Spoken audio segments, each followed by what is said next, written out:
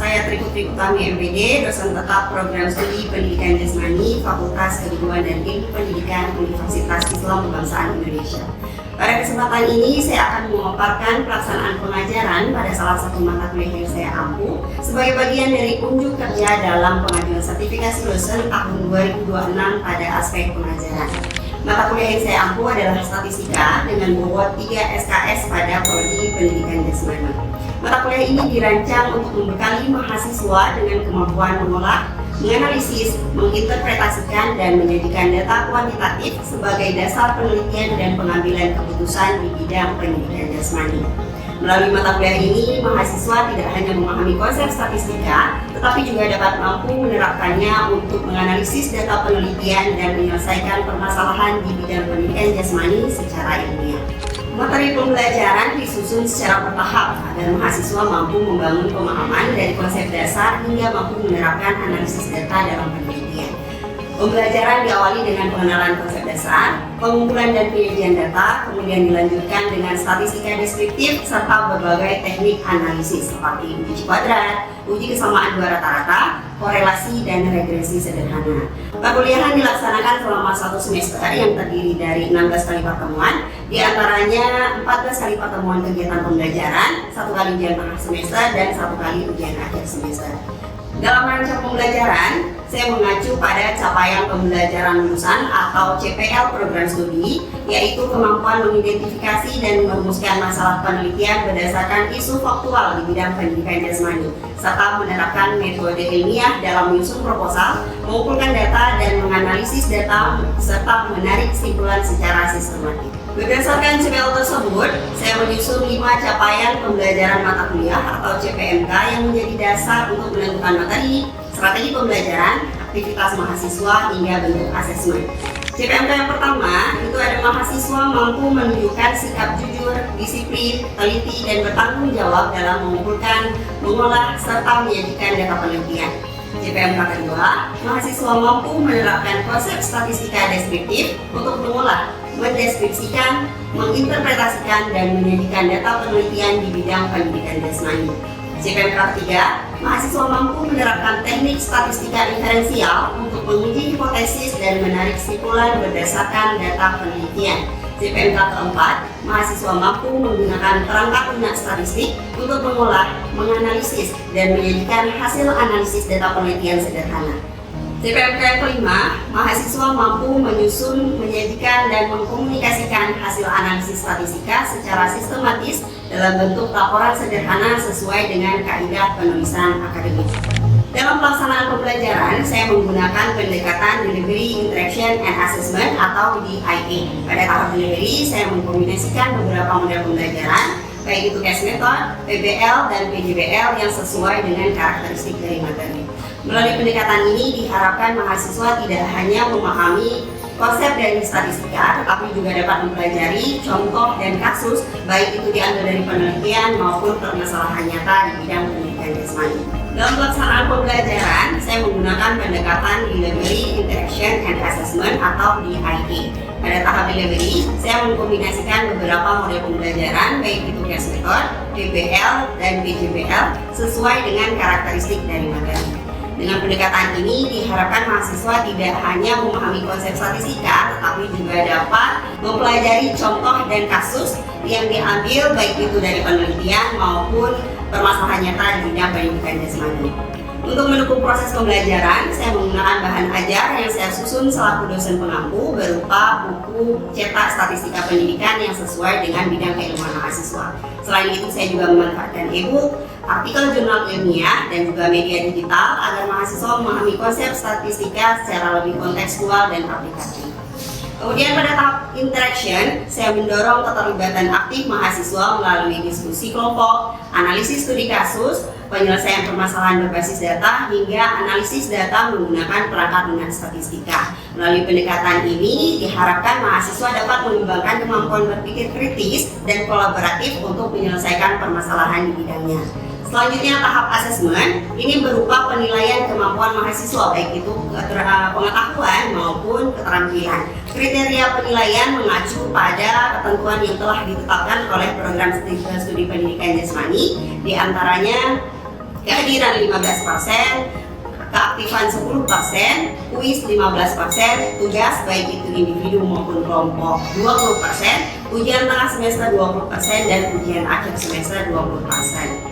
Melalui perencanaan pembelajaran yang selaras antara capaian pembelajaran, materi, strategi pembelajaran, aktivitas mahasiswa hingga asesmen, saya berupaya menciptakan proses pembelajaran yang tidak hanya berfokus pada kemampuan mahasiswa memahami konsep statistika, tetapi juga dapat membekali mahasiswa dengan keterampilan menganalisis data penelitian secara kritis, sistematis, dan aplikatif sesuai dengan bidangnya.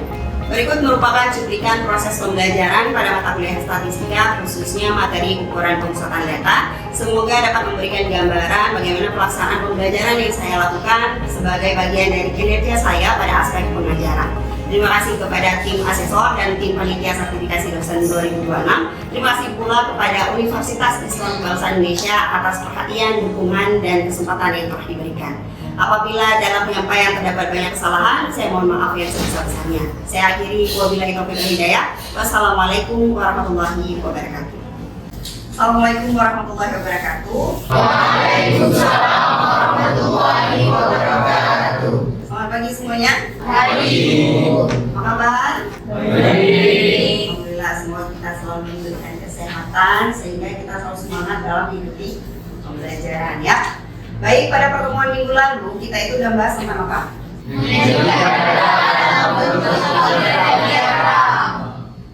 Nah, pada hari ini kita akan melanjutkan kepada materi ukuran pemusatan data. Namun sebelumnya ibu mengajak kalian coba perhatikan gambar di depan. Gambar apa ini? Iya, gambar seorang guru olahraga yang sedang melakukan tes kepada siswa. Kan?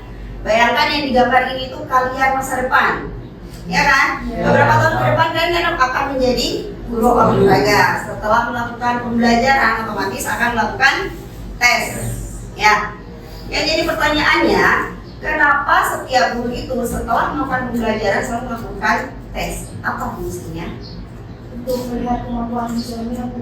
Untuk melihat kemampuan siswa, apalagi? Untuk membuktikan pelajaran yang sudah diberikan sudah efektif atau belum. Iya, untuk melihat apakah pembelajaran yang dilakukan selama ini sudah efektif atau belum, makanya dilakukan tes, ya kan? Nah, kalau misalkan sudah dilakukan tes, semua siswa sudah diberikan nilai, katakanlah siswa A 80, siswa B 75, C 60, dan sebagainya. Kalau misalkan si kepala sekolah bertanya, bagaimana kemampuan siswa yang diajarkan?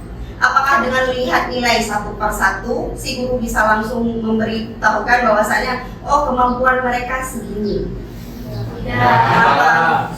Sulit. Maka dari itu, dalam statistika, data yang banyak itu bisa diolah sehingga dapat memberikan informasi yang mudah dipahami. Salah satunya dengan menggunakan ukuran pemusatan data.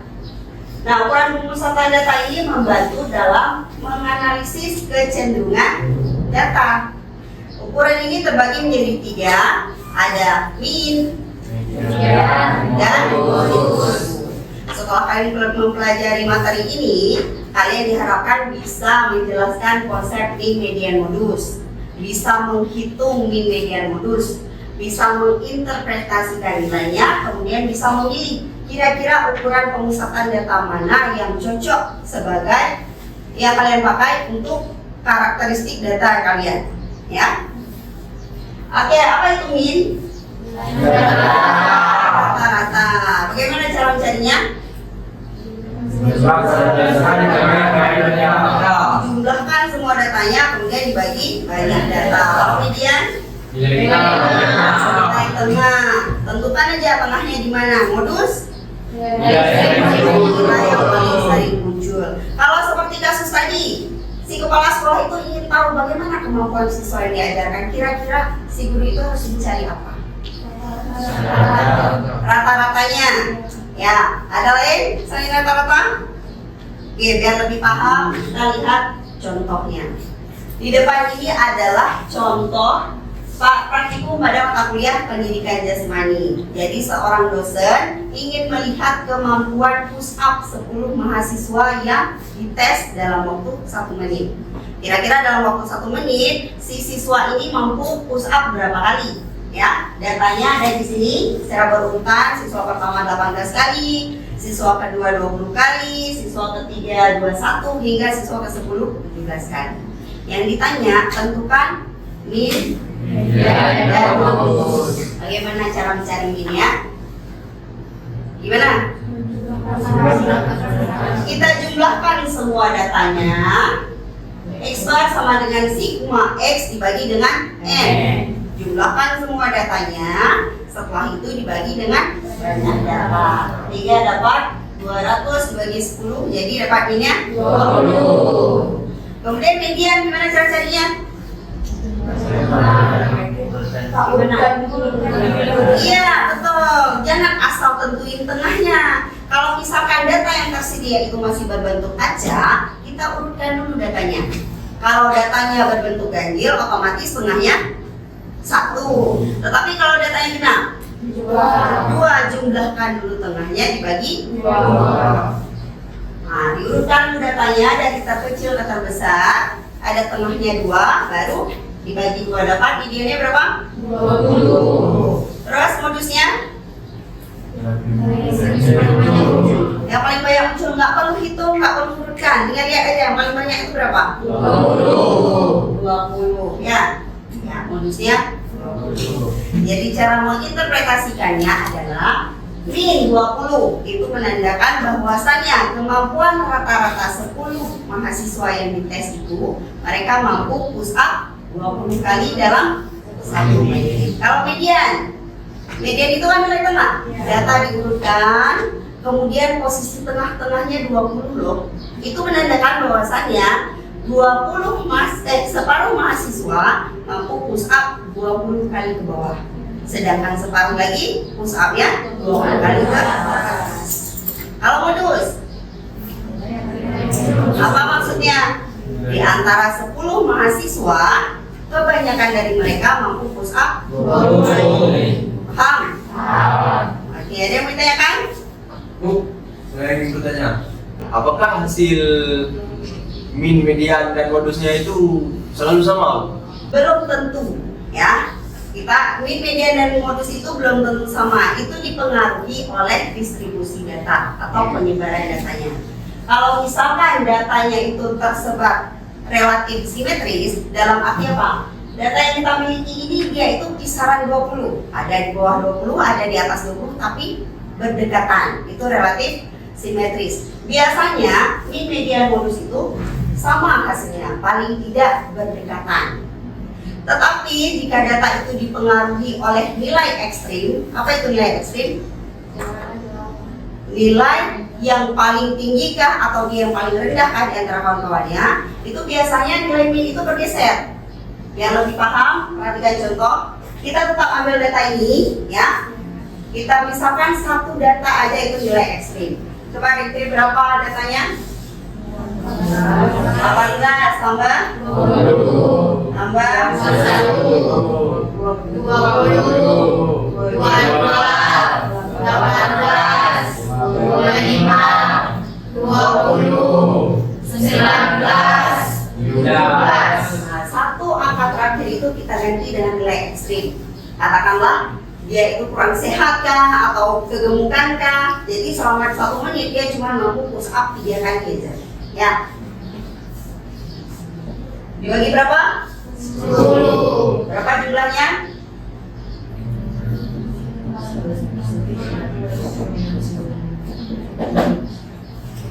Nah kan, rata-ratanya bergeser kan? Padahal cuma satu data yang kita ubah, nggak banyak. Sedangkan minnya, mediannya tetap 20. Karena apa? Median itu tidak dipengaruhi oleh nilai ekstrim. Median itu cuma mengurutkan data dari rendah ke tinggi. Tentukan dia tengah-tengahnya, mau ada nilai tinggi kali kah atau rendah kali kah, pokoknya posisi dia tengah-tengah. Ya kan? Kalau ada kasus seperti ini, ya biasanya kan kita bilang min itu bisa mewakili keseluruhan kelas. Tetapi kalau syaratnya tidak dipengaruhi oleh nilai ekstrim. Jika ada data yang dipengaruhi oleh nilai ekstrim, min kurang bisa representatif untuk menggambarkan keadaan sebenarnya. Gimana juga caranya, Bu? Caranya adalah kita tentukan mediannya. Berarti paham ya? Berarti kalau misalkan data yang simetris, kita bisa pakai min untuk menggambarkan keseluruhan. Tetapi kalau misalkan data yang dipengaruhi oleh nilai ekstrim, medianlah yang lebih representatif. Ya. Apa yang di sini udah paham? Nah, tadi kita udah pelajari contoh data dari 10 mahasiswa, ya kan? Tetapi kenyataannya bagi kita calon guru, calon peneliti, biasanya kita itu dihadapkan oleh jumlah data yang banyak. Bukan 10, bukan 15, bisa jadi 60, 80, 100.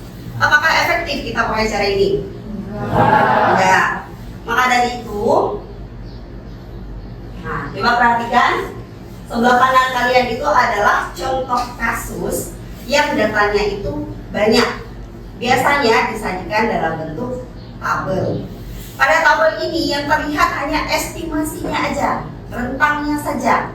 Contoh misal yang kelas terakhir 87 sampai 98. Ada berarti 5 mahasiswa yang dapat nilai segitu. Tetapi nilai aslinya berapa kita tahu? Tidak tahu kan? Nilai aslinya hilang. Cuman ada 87 sampai 98. Si 5 orang itu dapat berapa? Entah itu 90 kah? Entah 92, kita nggak tahu. Maka dari itu kita juga nggak bisa pakai cara tadi. Cara tadi itu menjumlahkan nilai asli. Sedangkan di sini tidak ada nilai asli ya. Oleh karena itu, karena penyajian data seperti ini itu disebut dengan data kelompok. Kalau yang tadi itu data tunggal, ya. Data kelompok itu ada cara tersendiri untuk mencari min, median, dan modus. Ini rumusnya, X bar sama dengan sigma FI dikali XI dibagi dengan sigma FI. Di mana sigma itu apa? Jumlah, FI frekuensi, XI titik tengahnya, ya. Langkahnya untuk mencari, pertama kita harus tentukan dulu titik tengahnya. Bagaimana cara menentukan titik tengah? Batas bawah ditambah batas atas dibagi 2. 27 dikurang 3 ditambah 38 dibagi 2. Berapa hasilnya? 32,5. Berapa Lutfian? 32,5. 32,5. Yang selanjutnya 39 tambah 50 dibagi 2. 44,5. Siapa bisa bantu Ibu lanjutin?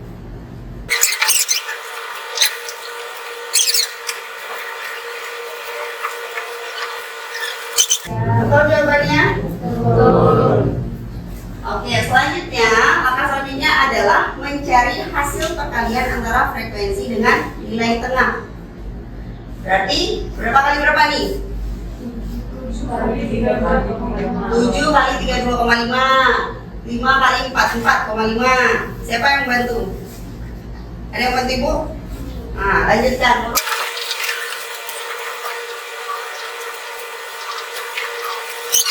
Nah, karena rumus untuk mencari rata-rata data kelompok adalah X bar sama dengan sigma FI kali XI per apa yang belum diketahui? Apa? Jumlahnya, berarti kita harus mencari jumlahnya terlebih dahulu. Berapa hasil penjumlahan FI kali XI? Berapa? Iya. Hasil penjumlahannya 2476.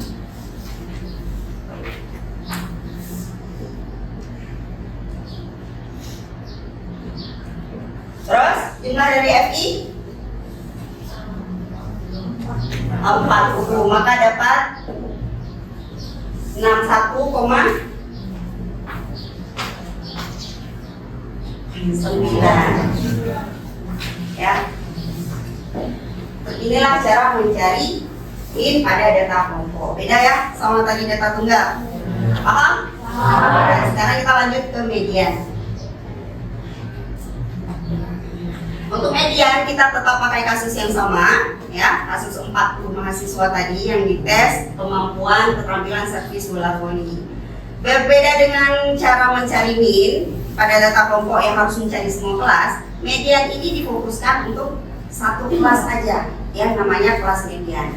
Rumusnya itu L ditambah dikali N per 2 dikurang F besar dibagi F kecil dikali dengan B. Dimana L itu apa? Lebih bawah kelas median. N banyak data. Terus F besar frekuensi kumulatif sebelum kelas median. F kecilnya frekuensi si kelas mediannya. Terus B kelas.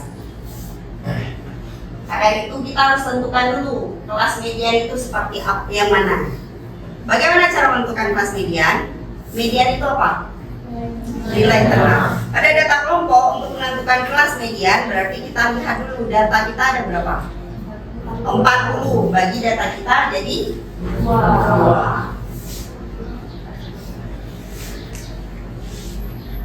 Berapa? N per 2. 40 dibagi 20. Udah dapat nih. Sekarang kalian lihat di frekuensinya, kira-kira frekuensi kumulatifnya 20 itu berada di kelas berapa? Kelas berapa? Kelas 4. 20 ada di kelas keempat. Ya, berarti kelas keempat inilah yang menjadi kelas median. Baru selanjutnya kita masukkan ke rumusnya. Median sama dengan L tambah N per 2 dikurang F besar. L itu apa? Lebih bawah kelas median. Fokus ke kelas mediannya aja. Berapa lebih bawahnya? 62,5. Berapa yang kita? Data kita berapa? 40 lagi 2. Frekuensi kumulatif sebelum kelas median 19. Frekuensi si kelas mediannya 10. Panjang kelasnya berapa? 12. Betul nih? Sekarang tugas kalian, siapa yang mau melanjutkan? Nadia.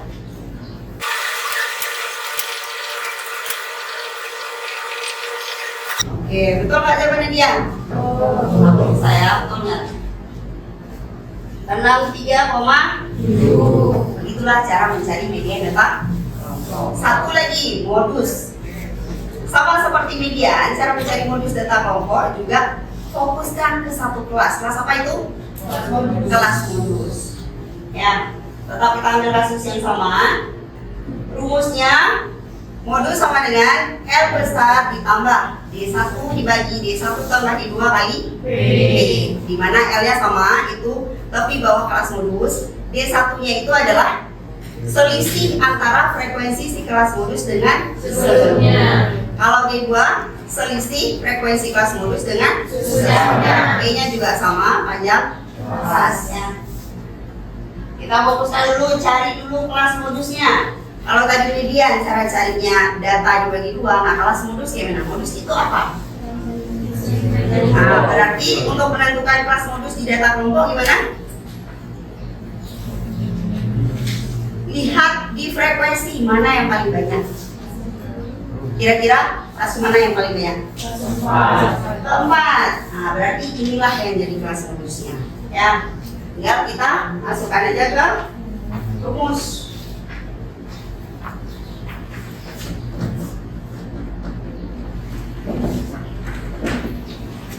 D1 tambah D2 kali B. Tapi bawah kelas modus berapa?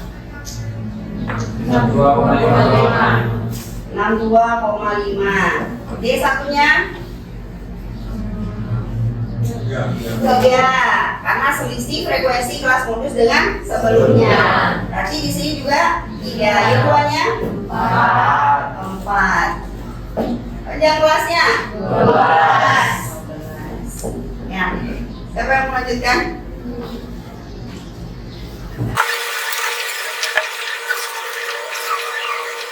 Ini kita buktikan, betul jawaban 67,6. Begitulah cara mencari modus pada data kelompok. Paham? Cara mencari mean, median, dan modus pada data kelompok? Paham? Oke, berarti cara mencari mean, median, dan modus baik itu pada data tunggal dan data kelompok. Intinya pembelajaran hari ini itu bukan hanya kita bisa menghitung mean, median, modus data tunggal, data kelompok aja. Tetapi kita tahu bahwasanya ukuran pemusatan itu punya fungsi yang berbeda-beda. Tergantung kita ini calon peneliti dan calon guru bisa memilih dan memilah kira-kira ukuran pemusatan data mana yang mau kita pakai sesuai dengan karakter data yang mau kita analisis, sesuai dengan tujuan apa yang mau kita capai, sehingga nanti kesimpulan akhirnya betul-betul mencerminkan data sebenarnya. Ya, oke? Ada lagi pertanyaan? Ada? Ya, Sela. Jika di sebuah tes terdapat nilai modus adalah nilai terendah, apakah tes tersebut bisa dinyatakan gagal atau tidak? Oke, pertanyaan Sela. Misalkan, ini si guru udah buat tes, kan? Rupanya di tes itu yang didapatkan adalah modusnya itu nilai terendah. Modus itu apa? Nilai yang paling sering muncul. Kata Sela, kalau misalkan nilai yang sering muncul di tes itu adalah nilai terendah, apakah itu membuktikan bahwa proses pembelajaran atau tes itu gagal? Jawabannya apa? Siapa yang tahu? Belum tentu. Ya, kita misalkan ada data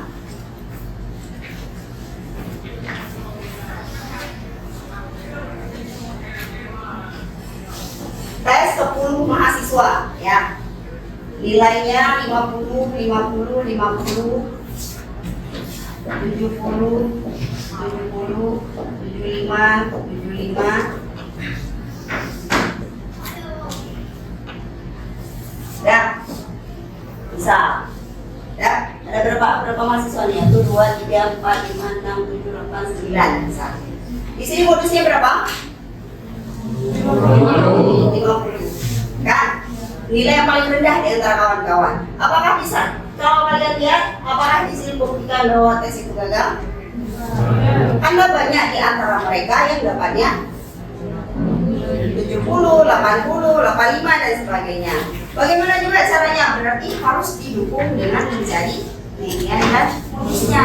Baru kita bisa menyimpulkan apakah selama ini prosesnya efektif atau tidak. Ya. Ada lagi pertanyaan? Enggak ya? Kalau nggak ada berarti ada tugas untuk kalian. Tugasnya ini tugas kelompok, kita pakai kelompok yang minggu lalu aja. Tugasnya setiap kelompok itu mengumpulkan data minimal 20 orang. Ya, minimal 20 orang yang kalian ngumpulin data. Boleh itu push up 1 menit, sit up 1 menit, boleh data berat badan, boleh data tinggi badan, tetapi harus ada bukti videonya. Ya. Kemudian kalian cari mean, median, dan modus. Selanjutnya sajikan dalam bentuk tabel dan diagram. Maka selanjutnya jawab pertanyaan, apakah mean, median, dan modus itu sama yang kalian cari? Kalau berbeda, apa penyebabnya kira-kira? Ya. Selanjutnya, ukuran mana yang paling tepat menggambarkan data? Jelaskan kenapa. Kalau kalian pilih kira-kira yang paling tepat apa? Mean. Kenapa bisa mean yang paling tepat? Ya. Selanjutnya, sebagai kalian sebagai calon guru pendidikan jasmani, kapan akan menggunakan mean, median, dan modus dalam proses pembelajaran atau penilaian? Kumpulkan tugasnya minggu depan, disertai dengan video bukti supaya ibu lihat kalau data yang kalian ambil itu bukan data palsu. Oke? Kalau tidak ada lagi pertanyaan untuk hari ini kita cukupkan sampai di sini. Kita jumpa lagi minggu depan dengan materi ukuran penyebaran data. Ya. Buat diri, wassalamualaikum warahmatullahi wabarakatuh. Waalaikumsalam warahmatullahi wabarakatuh.